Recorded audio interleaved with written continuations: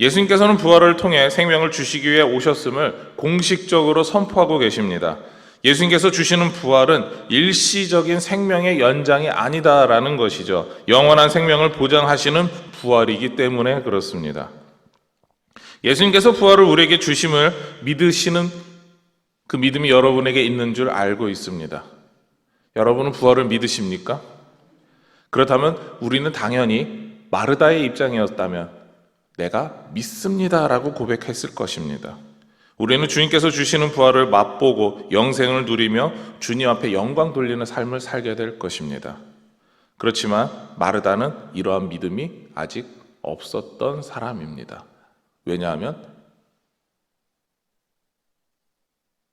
나사로라고 하는 자신의 오빠는 이미 죽은 상황이었고, 그리고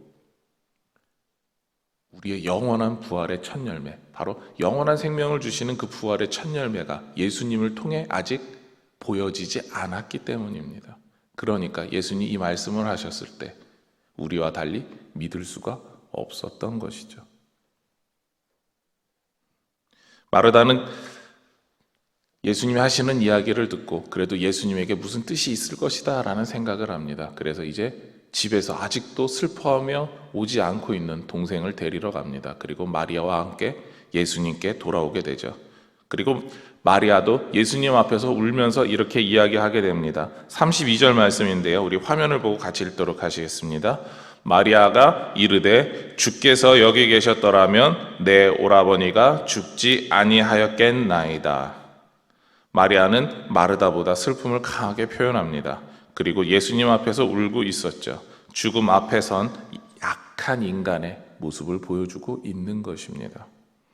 예수님도 이러한 마리아의 모습을 보시면서 울으셨습니다. 33절인데요. 예수께서 심령에 비통히 여기시고 불쌍히 여기사. 예수님께서 큰 슬픔에 같이 잠기셔서 우는 모습이 나오고 있습니다. 유대인들은 같이 우는 모습을 보면서 예수님께서 나사로를 매우 사랑하셨다라고 이야기를 하죠. 예수님께서 우신 모습에 대해 이렇게 표현하고 있습니다. 심령에 비통히 여기셨다라는 거죠. 가슴 깊이 슬퍼하셨다라는 뜻입니다. 심령에 비통히 여기다라고 하는 말은 엠브리 마오마이라고 하는 헬라어입니다.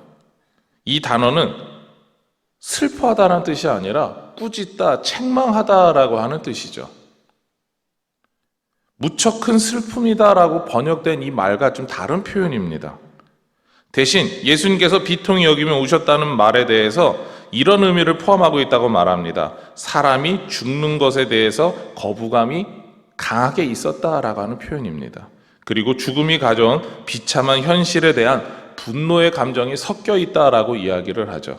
그리고 분노가 너무 커서 눈물이 나고 눈물이 앞을 가리는 것이다라는 겁니다. 우리도 분노가 커졌을 때 어떻게 됩니까? 누군가를 향해서 극도로 분노했을 때는 우리가 눈물을 흘리고 더 나아가서 피눈물을 흘린다라고까지 표현을 합니다. 바로 예수님의 감정이 지금 그러했다라는 것이죠. 죽음 앞에선 나약한 인간의 모습들, 그리고 슬퍼하며 울고 있는 그 모습들 가운데 예수님께서는 같이 슬퍼했다라는 표현보다 오히려 분노했다라고 이야기하고 있는 것입니다.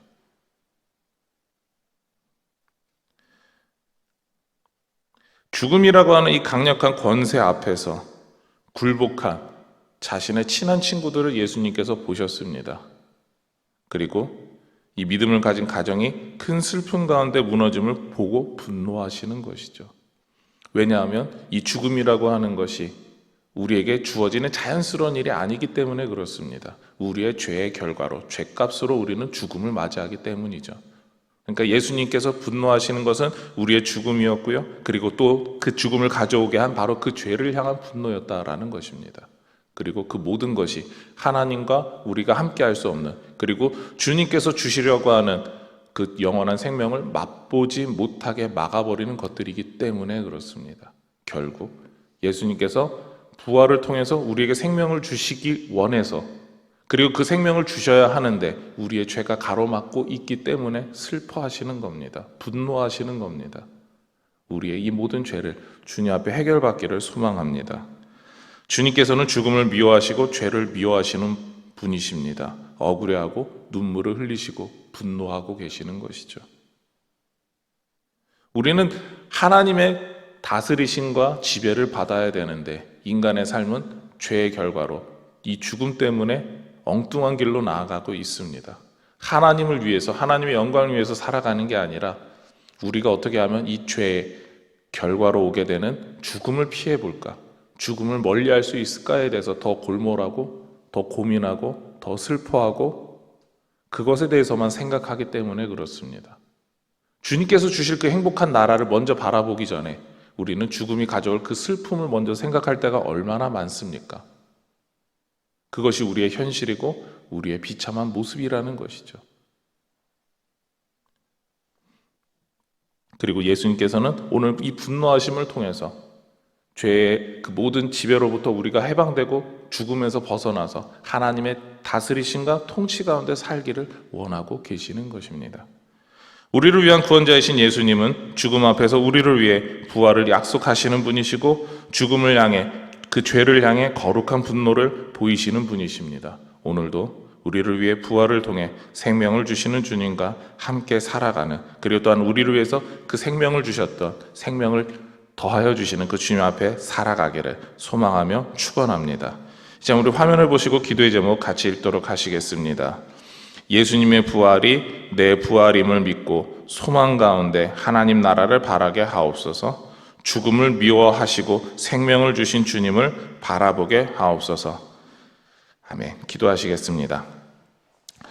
하나님, 오늘도 주님께서 우리에게 놀라신 은혜를 더하여 주시고 죽음 앞에서 예수님께서 분노하시고 그리고 그 죽음 앞에서 우리에게 부활 후에 생명을 약속하신 그 놀라신 은혜의 자리 앞에 나아가고자 합니다. 우리의 삶이 세상 가운데 죄를 짓고 그 죽음의 길로 달려가는 삶이 아니라 주님께서 주시는 그 영원한 생명을 누리는 삶이 되게 하여 주시옵소서.